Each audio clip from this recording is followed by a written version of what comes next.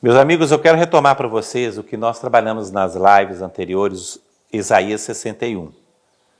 Essa palavra de Deus aqui no capítulo 61, versos 1 a 3, Deus falou a Isaías que vai curar os quebrantados de coração e, por fim, a fim de pôr aos enlutados de Sião um consolo aos enlutados. E, ao mesmo tempo, nós trabalhamos sobre a maturidade psicológica e espiritual.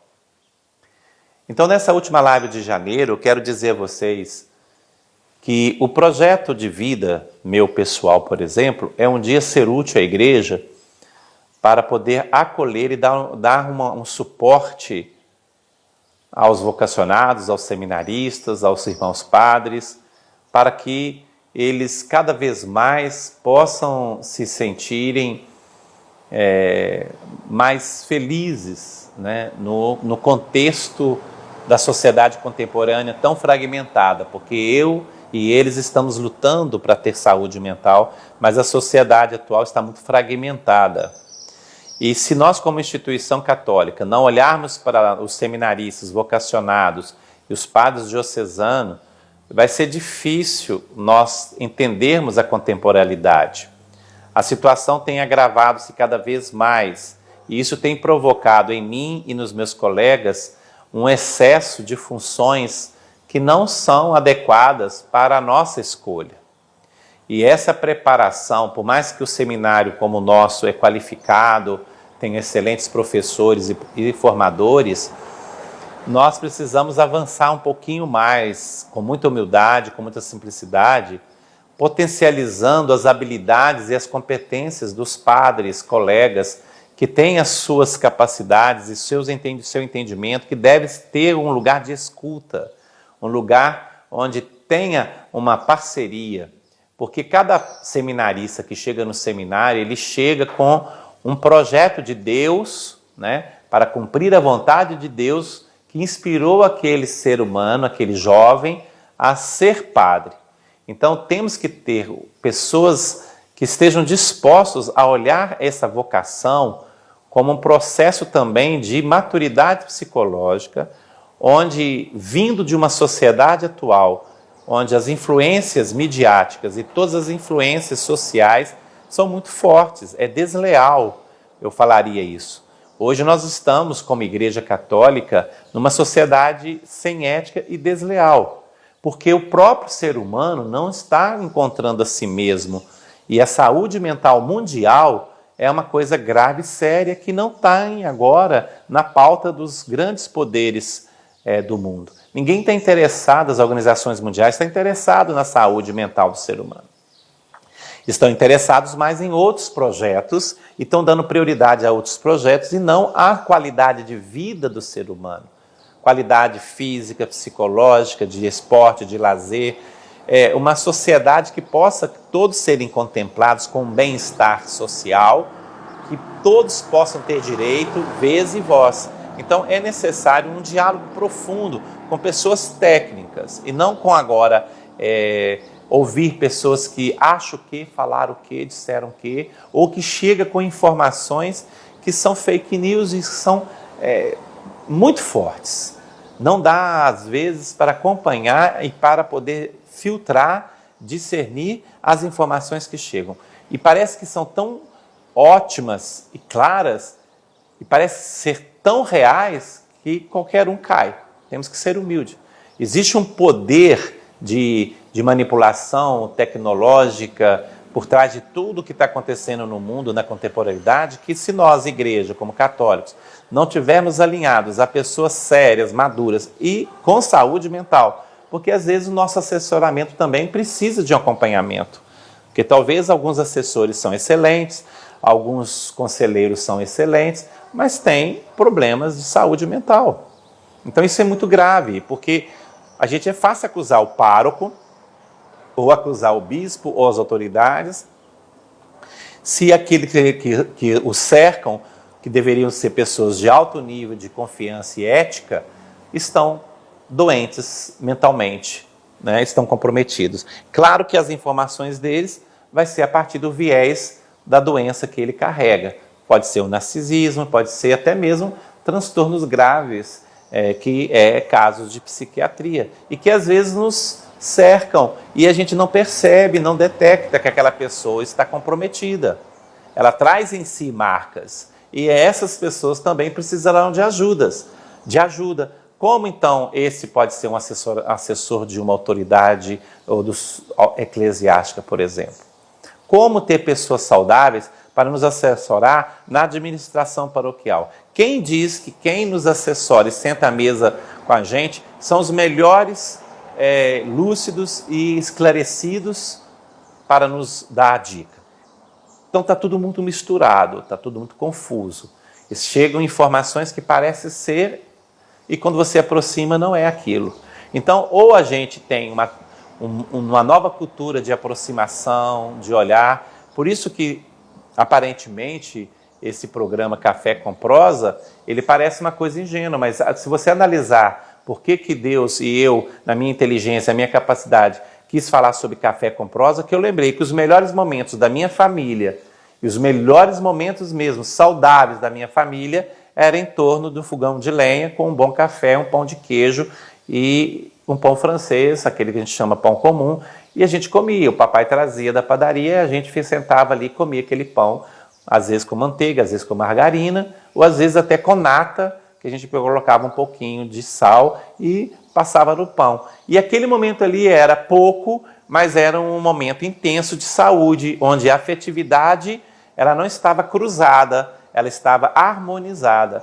Por isso que é necessário que Jesus Cristo, que veio ao mundo, com a profecia de Isaías, já dizendo sobre Jesus, vinde a mim vós todos que estáis cansados, eu vos aliviarei sobre os vossos jugos, sobre os vossos fardos, porque eu sou manso e humilde de coração. Jesus prefaciou essa cura dos quebrantados de corações e consolo aos enlutados. Essa experiência é do Nazareno. E se nós somos pessoas de fé, e você é pessoa de fé, que crê em Jesus Cristo, então já tem um caminho pronto. Já tem uma solução dos problemas do estresse atual que a sociedade e a igreja está passando. Mas ficar sem uma orientação e andar sem rumo vai piorando cada vez mais a qualidade de vida. Por isso temos que ter sempre um plano, um projeto e executá-los com objetividade real, para que assim nós, após a execução do projeto, avaliemos e nos traga eficiência e eficácia. E aí a motivação retorna com maior poder, e aí nós vamos ser motivados, e ao motivar uns aos outros, nós teremos uma qualidade do bem-estar psicológico no clero, no seminário, na vida da comunidade paroquial e na vida do dia a dia, da sua família, de tudo. Então, é um trabalho bem difícil, bem árduo, né? Mas é necessário alguém começar esse trabalho. Já talvez no mundo inteiro, em alguns países, já existam isso, talvez no Brasil. Mas se tem eu, e se tem você, e se todo mundo começa a se abrir a esse sonho, a esse desejo, concretamente vai realizar nas igrejas particulares, nas comunidades, nas paróquias. Mas todo mundo tem que buscar um caminho para poder conversar e a gente chegar a um projeto coletivo viável para todas as realidades. Que essas realidades são diversas, são, mas isso não é o problema. A diversidade é necessária e as opiniões também. Então isso não é o problema, não é o maior dificuldade. Mas já vai para a reunião, a gente já sabe que já está tudo manipulado. Tudo bem, mas vamos lá, vamos tentar colocar a nossa contribuição sem nenhum tipo de barreira. Jesus foi muito natural e tranquilo diante da diversidade, quando foi advertido pelo sumo sacerdote, por Nicodemos, por Pedro, pelo Zaqueu, ele foi advertido pelos soldados, até João Batista foi enviado pessoas para abordar. Isso é muito bom, João Batista tirou de letra, mas se compreenderam? Não. Se entenderam, se aceitaram? Não, talvez não. Mas João Batista não deixou de ter identidade e saber que ele veio para fazer a vontade de Deus, como Jesus Cristo nos ensina. Eu não vim fazer a minha vontade, mas a vontade daquele que me enviou. Então, no plano psicológico, de espiritualidade, de maturidade, cumprir a vontade do plano de Deus. Isso é real, vai acontecer. Porque Deus é Deus e Ele está no comando. Agora, se você não tiver motivação, não tiver uma boa vontade, um empenho e uma abertura simples para poder ouvir pelo menos, mas já vai vir com seus pensamentos, você não deixa. Eu já participei de muitas reuniões onde que eu comecei a fazer assim, a pessoa já estava falando, cortando, eu praticamente, se eu fosse ser uma pessoa murmurenta ou queixar, quando que eu tive a oportunidade de ser ouvido? Durante toda a minha infância até agora. Quando realmente eu tive o meu espaço? A sorte minha é que eu achei as mídias. As mídias, né, que eu fazia as lives, faço live, Facebook e tenho a Web TV, é que eu encontro o meu espaço para fala. Mas que resultado tem? Não sei. Mas pelo menos eu me sinto bem em querer o bem, em querer fazer com que todos não fiquem tristes, não se angustiem, porque apareceu dificuldades. Que existem estratégias, existem parceiros, existem pessoas que são ótimas, só que estão cada um dispersos. Porque a tendência minha, por exemplo, e sua, se eu não tenho lugar, espaço para ser ouvido, eu não tenho espaço para ser aceito, eu não tenho espaço para poder ser reconhecido, automaticamente, se eu estou bem comigo mesmo, estou feliz e não quero correr atrás disso, nem ter autopromoção ou competir com ninguém, a minha tendência é ficar em casa, viver a minha vida na paróquia, ficar tranquilo, feliz, realizado, tenho amigos maravilhosos que me ajudam em tudo e pronto, me acomodo aqui e estou feliz. Mas é isso que o Senhor Jesus quis? Talvez ele foi tentado a querer isso. Vocês lembram lá no Monte Tabor? Foi tentado. Façamos 3 tendas, vamos ficar quietinho aqui, acabou tudo. Nós estamos bem, nós estamos super na teofania, nós estamos vendo aqui os profetas, Moisés e Elias. Que isso? E Jesus? O que mais que eu quero? Nada. Essa foi a tendência dos apóstolos. E pode ser a tendência minha, como bem-sucedido comigo mesmo, como uma pessoa bem organizada, eu estou feliz, eu estou autorrealizado, tenho a paróquia, tenho um povo maravilhoso, tal, recebo bem, tal, tenho uma casa boa, ótimo. Mas Jesus disse, nada disso, vamos para baixo, vamos para a planície.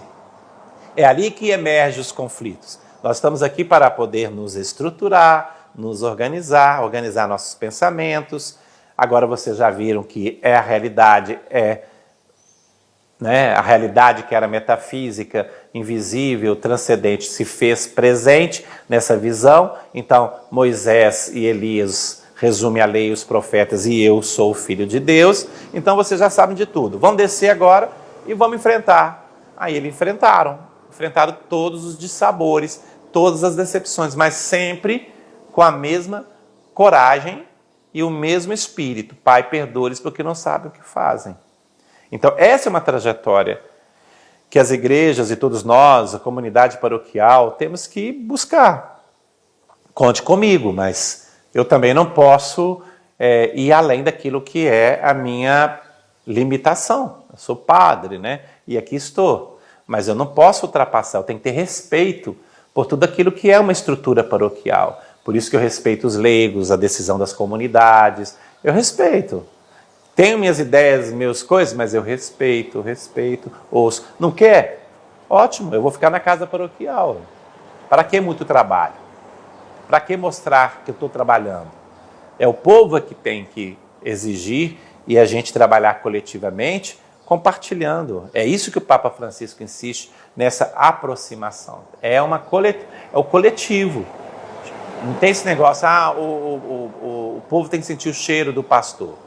Ele falou uma metáfora, não é que agora vira uma piada, não, é no sentido que eu entendo o Papa Francisco. Ele quer que a gente seja um com todos, e mesmo que eu tenha a decisão final, mas diálogo, sentar à mesa, a verdade circula em uma mesa, o conhecimento circula em uma mesa.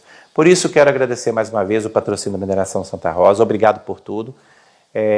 A gente conclui mais ou menos essa etapa de formação, e mais uma vez estaremos juntos, se Deus quiser, o ano de 2025 e eu aqui, na expectativa e na possibilidade do que Deus quer da minha vida. Por isso o lema da minha ordenação, eis que não vim fazer a minha vontade, mas a vontade daquele que me enviou.